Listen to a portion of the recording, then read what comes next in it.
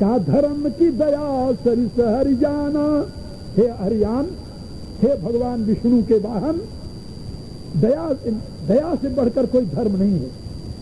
धर्म की दया सरिस हरियाना, दया से बढ़कर कोई धर्म नहीं है। तुलसीदास जी ने तो यहां तक लिखा है कि दया धर्म का मूल है, पाप मूल अभिमान, तुलसी दया न छाड़िए जब लगी घट में प्राण। दया से बढ़कर कोई धर्म नहीं है। दया धर्म का मूल है। दया किसे कहते हैं? ये भी एक बड़ी उलझन युक्त बात है समझने की। एक शत्रु आपके ऊपर आक्रमण कर रहा था, आप उस पर दया करेंगे या क्रोध करेंगे? क्या करेंगे? ऐसी स्थिति में क्या करना चाहिए, दया या क्रोध? नहीं, दया किस पर होती है जानते हो? जो दीन है, हीन है, मलिन है, जिसमें अपने को संभालने की क्षमता नहीं है, शक्ति नहीं है, उस पर दया करनी चाहिए। दया का वही पात्र होता है, दुष्ट दया का पात्र नहीं है, याद रखना। दुष्ट जो है वो दया का पात्र नहीं है। यानी धर्म के नाम पर ऐसे अनर्थकारी विचार प्रचारित और प्रसारित किए गए जिसका परिणाम इस राष्ट्र के लिए महान दुखद रहा। हमारे यहाँ भक्ति के आचार्य भगवान मारुति माने गए।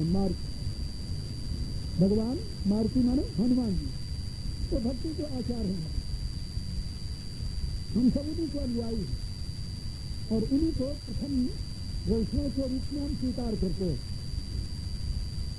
भक्ति के आचार्य भगवान मारुति। और मारुति को आप देखिए तो मालाधारी भगत नहीं है, फिर क्या है?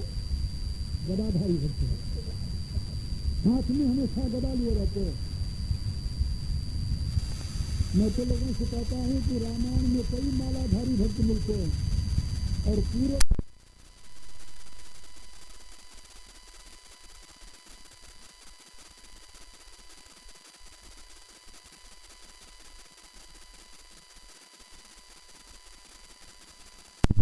क्या है?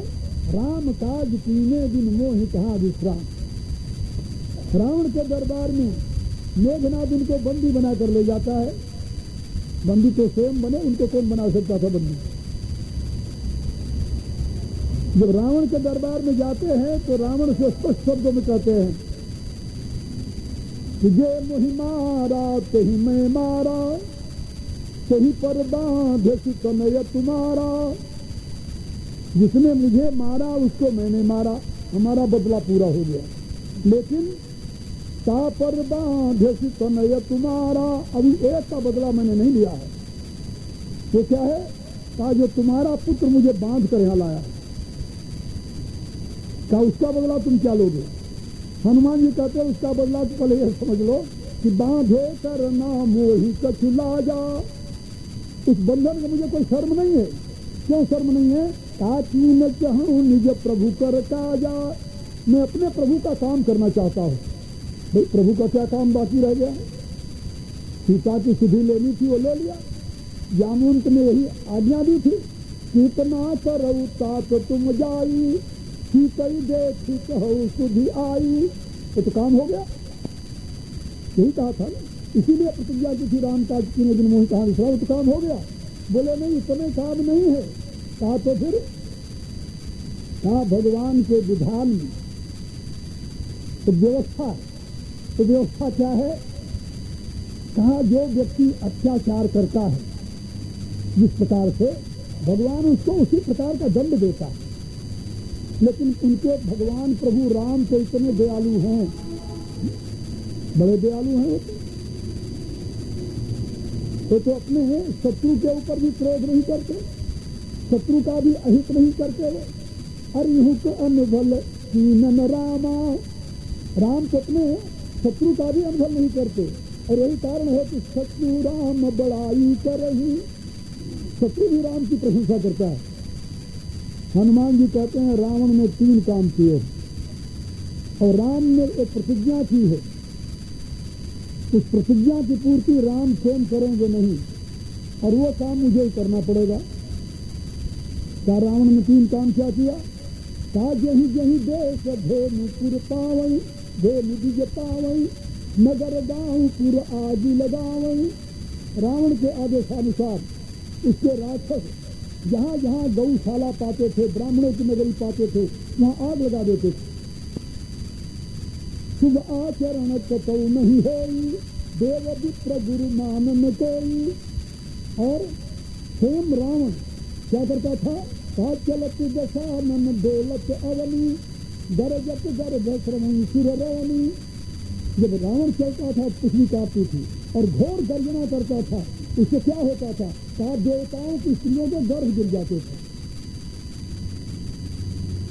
और राम ने प्रतिज्ञा की है, निश्चर ही न करऊ मही, भुजई खाई प्रणकीन, सकल मुनि के आश्रम जाई जाई सुख दीन। भगवान राम ने प्रतिज्ञा कर रखी है इसी दंड कारण में कि मैं निशाचरों से रहित पृथ्वी को बना दूंगा। अब ये राम के सारे काम तो करने हैं हनुमान जी को। पहला काम तो ये करना है कि रावण ने सबके ब्राह्मणों और गौओं के निवास पर आग लगाई है, तो उसका बदला भी लेना है। और उसके बदले के लिए कहते हैं कि बांधे कर न मोहि कछु लाजा। तुम्हारे निशाचरों ने हमें मारा, हमने उनको मारा, उनके मारने से मैं नहीं मरा, मेरे मारने से मर गए, इसमें मेरा क्या दोष। और दूसरी बात है कि तुम्हारे बेटे ने मुझे बांध कर यहाँ लाया और इस बांधने का बदला भी मैं लूंगा, तो कैसे लेंगे? कहा लंका फूंक करके, आग लगाकर। और एक तीसरा काम जो है वो है तूने गर्जना करके देवताओं की पत्नियों के गर्भ गिराए हैं, उसका बदला भी मुझे ही लेना है।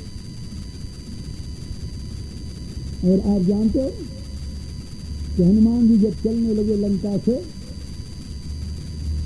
तो क्या किया उन्होंने? चलत महाधुन गरजऊ भारी, तो गर्व समय रज निश्चर नारी। का जिस समय हनुमान जी लंका से प्रस्थान किए, इतने जोर की गर्जना की कि जितनी निशाचरियां गर्भित थी सबके गर्भ गिर गए। क्योंकि राम तो जो रण में जाएगा उसी का वध करेंगे, निशाचर नाश कैसे होगा? बीच से पड़ा रहेगा। क्या उसके बाद में क्या हुआ था? क्या बाद में वो निशाचरियां गर्भवती हुई? नहीं, कहा हुई, लेकिन मंदोदरी कहती है कि सुमिरत जासु दूत की करनी, श्रमई गर्भ रज निश्चर धर्मी। कहा कि जिसके दूत की करनी को याद करके निशाचरों की स्त्रियों के गर्भ गिर जाते हैं। हनुमान जी ने एक बार गर्जना की, उसके गर्भ गिर गए, और बाद में स्त्रियां जब हनुमान जी गर्जना को याद करती तो डर के मारे गर्भ गिर जाता है। तो ये 3 अध्याय में जो प्रभुतर कहा जाता है, अब आप सोचिए ऐसे हमारे भगवान मारुति वो दुष्ट पर दया नहीं करते। उनके दया का पात्र कौन है? सज्जन। सज्जन उनके दया के पात्र है, लेकिन दुष्ट उनके दया के पात्र नहीं है। और हनुमान जी हमारे लिए आदर्श है, याद रखो। राम हमारे लिए आदर्श है, इसलिए राम को मर्यादा पुरुषोत्तम कहा गया है। राम मर्यादा पुरुषोत्तम है। उन्होंने जो मर्यादा हमारे सामने प्रस्तुत की है, हमें उसका अनुकरण करना चाहिए। और राम ने स्पष्ट शब्दों में कहा है कि रूप पर कृपा परम कदराई। शत्रु के ऊपर कृपा करना दया नहीं, कायरता है। कायरता। जो निर्बल व्यक्ति है उसको कोई मारता है तो कहता फिर मारो तो देखें, और दोबारा जब मारता है कहता था मेरे बाप को मारो तो देखें। जब बाप को मारता तो दौड़ कर पेड़ पकड़ लेता, जरा जाऊँ। ये कमजोर व्यक्ति की आदत। इसलिए याद रखो, हमारी भक्ति जो है वो कायरों की भक्ति नहीं है। लेकिन दुर्भाग्य इस देश की, यहाँ ऐसे ऐसे महापुरुष हुए हैं जिन्होंने यहाँ के नागरिकों को, हम हिंदुओं को ये सिखाया कि तुम अपने आप को ऐसा बना लो, भगवान कब खुश होगा? वो कहते हैं क्षीणादपि सुनीचेन। क्या करो? अपने को तृण से भी नीच बना लो, क्षीणादपि सुनीचेन, और करो रहे सही सुनना। और जैसे वृक्ष सर्दी गर्मी सब कुछ सहता रहता है, बोलता कुछ नहीं, ऐसे तुम अपने आप से बना लो। कोई तुम्हें मारता है, कोई तुम्हें गाली देता है, कोई तुम्हें विचारता है, तेरे पर फूटता है, कुछ न बोलो, एन वृक्ष के ऐसे बन जाओ। और कोई कुछ कहे अमानी इनाम मान दे और तुम स्वयं अमानी हो जाओ, स्वाभिमान को खड्डे में डाल दो और सत्य कहे तुम बड़े महान हो। फिर ऐसे तुम भगवान का भजन करोगे, भगवान खुश हो जाएगा। और मैंने एक सज्जन से कहा, अंदाज यदि यही भक्ति का रूप है तो हम हिंदुओं को ऐसी भक्ति की जरूरत नहीं। मैं साफ बताऊं, हमारे यहाँ तो ऐसी भक्ति की जरूरत है जो हनुमान जी बताते हैं, हनुमान जी वाली भक्ति। और एक ऐसी भक्ति है, और इस भक्ति में प्रतिज्ञा है। प्रतिज्ञा क्या है? वही जो मैंने बताया कि बांधे पर न मोहि के खिला जा, तीन कहें मुझे प्रभु कर ताजा। इतना ही नहीं, लंका में युद्ध हो रहा था और युद्ध में जब सारी सेना मारी गई रावण की, अकेला रावण रह गया, तो उसने यह निश्चय किया कि मैं अब एक यज्ञ करूं, यदि हमारा यज्ञ सफल हुआ तो मैं विजयी हो जाऊंगा, अमर हो जाऊंगा, कोई मार नहीं सकता। तो विचार करने लगा कि कौन ऐसी घटना है जो हमें अपने इस अनुष्ठान से उठा सकती है, अनुष्ठान को भंग करने में सहायक हो सकती है। रावण ने निश्चय किया कि मैं सब कुछ तो बर्दाश्त कर सकता हूँ, लेकिन मंदोदरी का अपमान बर्दाश्त नहीं कर सकता। ये हमारे लिए शर्म की बात होगी कि मेरी स्त्री मेरे सामने अपमानित है। फिर क्या करना चाहिए? इस अनुष्ठान में बैठने से पहले मंदोदरी के लिए कोई ऐसी व्यवस्था करनी चाहिए जिससे कोई उसको स्पर्श न कर सके, उसको अपमानित न कर सके। और उसने निश्चय किया, यमकात्री नाम का एक यंत्र, उसने मंदोदरी को बंद कर दिया। इस यंत्र यमकात्री नाम के यंत्र ने मंदोदरी को बंद कर दिया सुरक्षित स्थान पर। और राम जानता था कि यमकात्री को दो व्यक्ति तोड़ सकते हैं, एक राम और दूसरे हनुमान। राम साक्षात नारायण है और हनुमान साक्षात रुद्र है। इन दो के सिवा यमकात्री को तोड़ नहीं सकता। और राम यह जानता है कि राम तो दृढ़ प्रतिज्ञ हैं, सत्य प्रतिज्ञ हैं, वो अपने व्रत से कभी हिलने वाले नहीं, इसलिए वो लंका में प्रवेश ही नहीं करेंगे। और हनुमान बाल ब्रह्मचारी है, ब्रह्मचारी है, ब्रह्मचारी होने के नाते तो कभी मंदोदरी दिन को छू नहीं सकता, इसलिए मंदोदरी सुरक्षित है। और मंदोदरी सुरक्षित है, मुझे कोई अनुष्ठान में कोई उठा नहीं सकता, मेरे अनुष्ठान में बाधा उत्पन्न नहीं कर सकता। ऐसा निश्चय करके मंदोदरी को यमकात्री में बंद करके अनुष्ठान में बैठ गया। जब यज्ञ शुरू हुआ तो विभीषण जी आए, भगवान राम से कहा, प्रभु नाथ करई रायत जारा, सिद्ध भय नहीं मरी अभागा। हे प्रभु, रावण विरोध कर रहा और यदि इसका यज्ञ सिद्ध हो गया तो फिर मरेगा नहीं मरी अभागा। हमारे को क्या जानते हो? अरे कहा, प्रभु आपके हाथ से मर जाता तो उसकी मृत्यु हो जाती, भाग्यवान हो जाता है। लेकिन ये ऐसा अभागा है कि आप साक्षात इसके दरवाजे पर आए हैं, इसके नीलंका में मारने के लिए, कभी मरने से डर रहा है, इसलिए अभागा है। और यदि इसका यज्ञ सिद्ध हो गया तो मरेगा नहीं, तो फिर क्या करना चाहिए? यज्ञ विध्वंस करना चाहिए।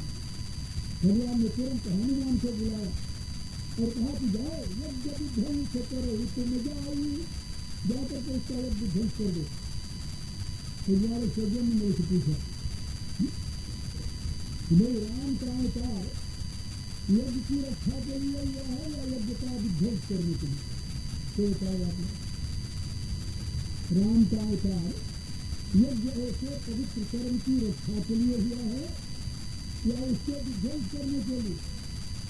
और यदि रावण यज्ञ विध्वंस कराता है तो राक्षस कहा जाता है, और राम यज्ञ विध्वंस कराते हैं भगवान कैसे? राम यज्ञ विध्वंस कराते हैं तुलसीदास को जप जो गतिरागा सपन भागा श्रवण सुनई दस पीसा आप ही उठावे करई नकावे धर सब खावे पीसा अस भ्रष्टाचारा भा संसारा धर्म सुनिए नहीं प्राणा कहीं बहु विप्ला से जो चलिता से जो कह वेद पुराना पुराण तृतीय जहाँ कहीं संताप यज्ञ हो रहा है तो अपने अनुचरों को भेजता है या स्वयं जाकर उसको नष्ट कर देता है। तो राम यज्ञ नष्ट करता है तो राक्षस कहा जाता है और फिर राम कहते हैं यज्ञ विध्वंस करे तुम जाई जाकर यज्ञ ध्वंस कर दो उनको आप भगवान कैसे कहेंगे और आप लोग बताइए कैसे कहेंगे है ना वेरी कॉम्प्लिकेटेड यहाँ देखिए यज्ञ और यज्ञ में अंतर। राम किसके यज्ञ की रक्षा करते जानते विश्वामित्र ऋषि के यज्ञ की रक्षा करते तो यज्ञ क्यों कर रहे हैं अमर होने के लिए न कल्याण से विश्वामित्र जी लोग कल्याणार्थ यज्ञ का अनुष्ठान कर रहे हैं। ऋषि लोग आपके काम होते हैं पूर्ण काम होते हैं वो लोग कल्याण के लिए यज्ञानुष्ठान करते हैं और जो लोग कल्याण के लिए यज्ञानुष्ठान करता है भगवान राम स्वयं उसकी रक्षा करते हैं। न करना याद हो निधारी तो आप ही रहे न तीरथ यारी स्वयं धनुष बाण लेकर खड़े हो गए जब विश्वामित्र योग करते हैं क्योंकि लोग कल्याण के लिए हो रहा है और राम किसी लिए नहीं कर रहा है या अमर होने के लिए इन दुनिया के नियम के बिल्कुल प्रतिकूल। और इतना ही नहीं रावण से पहले मेघनाथ भी उसे यज्ञ कर रहा था और उस यज्ञ में क्या डाला जाता है जानते हैं राक्षसों के यज्ञ में दही का घी नहीं डाला जाता दही के घी की जगह दही का रक्त डाला जाता है और हदी की जगह दही का मांस डाला जाता है। और तुलसीदास जी स्वयं लिखते हैं कि जब जाकर के मंदिरों में देखा जहाँ वो हवन कर रहा था तो किस वस्तु से हवन कर रहा था आहुति दे एक तरफ से रक्त की आहुति दे रहा और एक तरफ से भैंसों को पकड़ करके स्वाहा कर रहा। बोला आप देखिए इस यज्ञ को क्या कहा जाएगा तो यज्ञ तुम कौन सा यज्ञ है ये आसुरी यज्ञ है। तो भगवान आसुरी यज्ञ को विध्वंस का निर्देश देते हैं और दैवी यज्ञ की रक्षा करते हैं।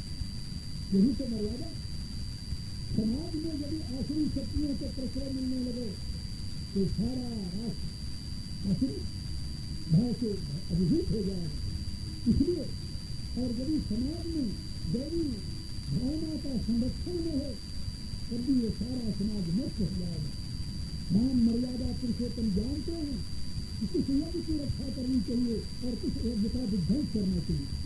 इसलिए उन्होंने एक ब्राह्मण विश्वामित्र नहीं ब्राह्मण नहीं क्षत्रिय से बना ब्राह्मण विश्वामित्र उसके यज्ञ की रक्षा करते हैं और प्योर ब्राह्मण का पोता और पुत्र रावण उसके यज्ञ को विध्वंस कराते हैं।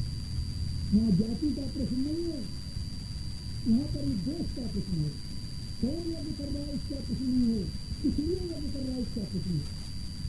इसलिए किसी कर्म को तुम करो तो कर्म कौन कर रहा है कैसे कर रहा है इसका कोई प्रयोजन नहीं है क्यों कर रहा है प्रयोजन इसका है। यदि क्यों ठीक है तो कौन है कैसा है इसे कोई अंतर नहीं पड़ता। इसलिए मैं आप लोगों को बता रहा था कि भगवान राम ने निर्देश दिया यज्ञ विध्वंस करो तुम जाओ। अब हनुमान जी यज्ञ विध्वंस करने के लिए पहुंच गए लेकिन कथा में और सुना रहा था आपको क्या सुना रहा था कि रावण का यज्ञ विध्वंस कैसे हनुमान के साथ जितने वीर थे अनेकों प्रयत्न कर दिए इसके लाभ ही मारते थे इसके सर को पकड़ कर खींचते थे लेकिन ये टेस्ट नष्ट नहीं हुआ तो अपने यज्ञानुष्ठान में बैठा कभी हार गए कहा अब क्या किया ये तो उचाई नहीं इससे कोई विक्षेप हो ही नहीं रहा लोग गालियां दे रहे हैं लात मार रहे हैं निंदा कर रहे हैं लेकिन वो शांत बैठा है यदि कर रहा है हनुमान जी ने देखा क्या किया जाए। सभी ने पूछा कि आप बुद्धि के धाम हैं, ज्ञान के विधान हैं, आप ही सोचिए क्या करना चाहिए इसके यज्ञ के विध्वंस के लिए। और प्रभु ने आदेश दिया है आपको यज्ञ विध्वंस करो तुम जाओ, कैसे करोगे। हनुमान जी ने ध्यान लगाया, ये रावण एक बात से विचलित हो सकता है। क्या बात क्या है? क्या यदि मंदोदरी को लाकर इसके सामने अपमानित किया जाए तो यह यज्ञानुष्ठान छोड़ सकता है। तो मंदोदरी कहाँ है? ध्यान से देखा तो मंदोदरी के अंतातरी में बंद है। अब जितने अन्य वीर थे किसी ने सामर्थ्य नहीं कि अंतातरी को तोड़े और मंदोदरी को हाथ निकाले। ये काम कौन करेगा? राम के अंदर आएंगे नहीं। पिता वचन में नगर न जान, गांव में भी नहीं गए, पुर में भी नहीं गए, नगर में भी नहीं गए। सिंगरेरपुर गांव था तो सिंधापुरी थी, लंका नगर है, इसलिए राम कहीं नहीं गए। उन्होंने साफ शब्दों में कहा कि न मैं ग्राम में जाऊंगा, न पुर में जाऊंगा, न नगर में जाऊंगा। फिर क्या किया जाए? हनुमान जी ने कहा ये काम मुझे करना पड़ेगा। तुलसीदास जी लिखते हैं कि हनुमान जी जाते तोरियम तातरी मदोदरी कठोरियाम, रावण की रानी मेघनाद में हतारी है। हनुमान भाई उन्होंने कहा कि हनुमान जी जाते हैं हम तातरी को तोड़ते और मंदोदरी को पकड़ के बाहर निकालते और ला करके रावण के सामने, जब रावण के सामने ले आते हैं तो तुलसीदास जी अपनी रामायण में लिखते हैं कि घर के समार निकारी बाहर न पुकार रही। जब उसको बाहर लेकर के खींचे तब वो दूर होकर पुकारने लगी। और रावण ने जब देखा कि मेरी पत्नी का अपमान हो रहा है, वही यज्ञ को छोड़कर उससे खड़ा हो गया। जब उससे खड़ा हो गया तो हनुमान जी ने मंदोदरी के चरण पकड़े, मां क्षमा करना, मेरा तेरे प्रति कोई दोष नहीं है, हमको केवल दुष्ट के यज्ञ को विध्वंस करने के लिए ये कार्य किया। क्यों किया? कुछ पाप है, पाप नहीं है। जैसे बांधे कर न मोहि कछुला जा, कीन चाहूं निज प्रभु करता जा। अपने प्रभु के कार्य की पूर्ति के लिए हर प्रकार का काम करने के लिए हनुमान जी तैयार है। किसी के घर में आग लगाना पाप है, हनुमान जी ने पूरी लंका फूंक दी।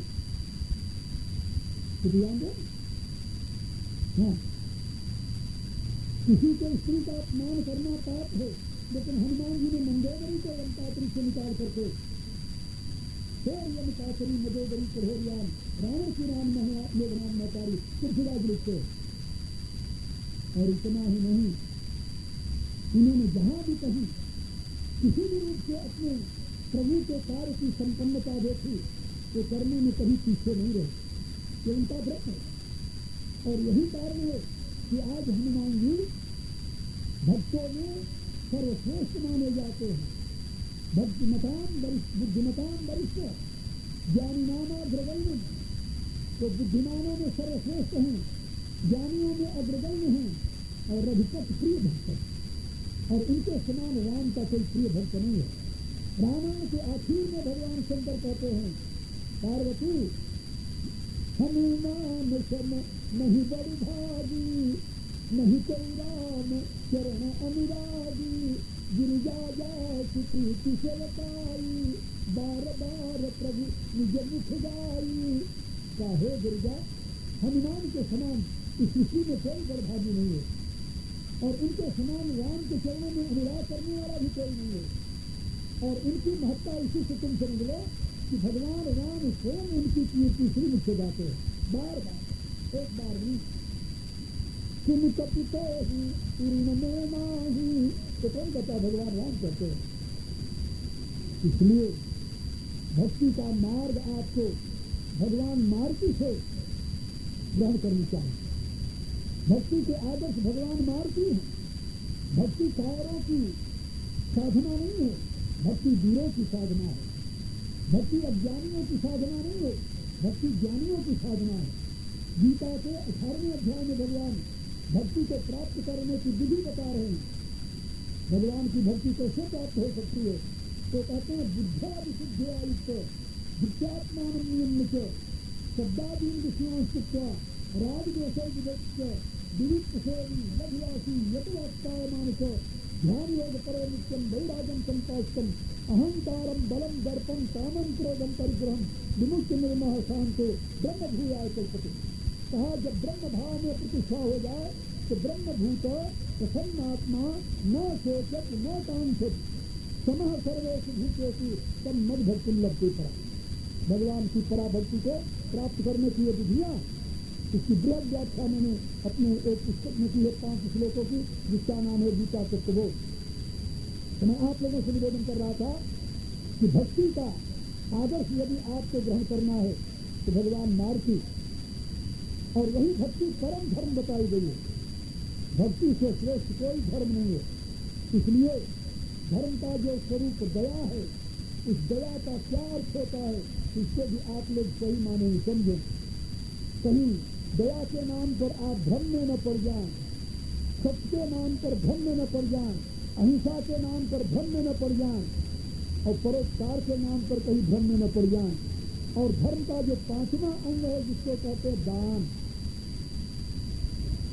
तुलसीदास ने क्या लिखा कि प्रगत चारि पग धर्म के और कलिमह एक प्रधान जे न के न विधि दीने दान करई कल्याण। कहा धर्म के 4 चरण, सत्य दया, सत्य है, दया है, दान है और परहित। उसमें से दान जो है कलयुग में एक ही रह गया है बाकी। और ये न के न प्रकारों में किसी भी प्रकार से आप यदि दान देते हैं तो आपका कल्याण करता है। लेकिन दान किसे देना चाहिए? दान का पात्र कौन है? किस लिए दान देना चाहिए? एक बात और मैं आपसे निवेदन करूं, हमारे हिंदू दान देने में पीछे नहीं, बहुत दान देते हैं। मैंने देखा है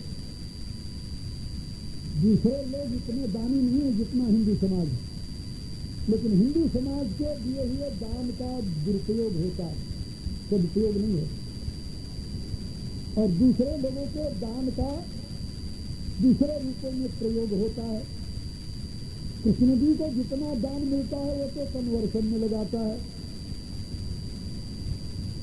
इस्लाम को जितना दान मिलता है ज़कात रूप में तो भी अपने धर्म के प्रचार में लगाता है। हम जितने, मैं किसी को क्रिटिसाइज नहीं कर रहा, बता रहा हूं उनके यथार्थ का। और हिंदुओं के पास जो दान देने की प्रक्रिया है वो देखिए। एक मंदिर है जम्मू के पास, वैष्णो माता का मंदिर, आप सब जानते हैं। साल की लगभग 1 अरब की आमदनी यहाँ होती है। 1 अरब कैसे होती? दान से।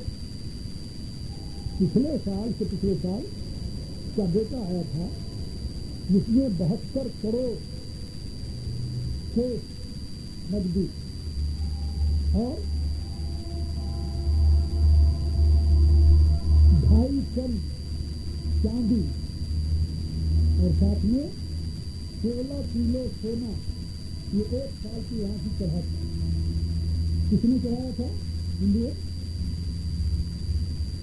और सबको लगाए हिसाब से आपसे लगभग अरब के करीब हो जाए।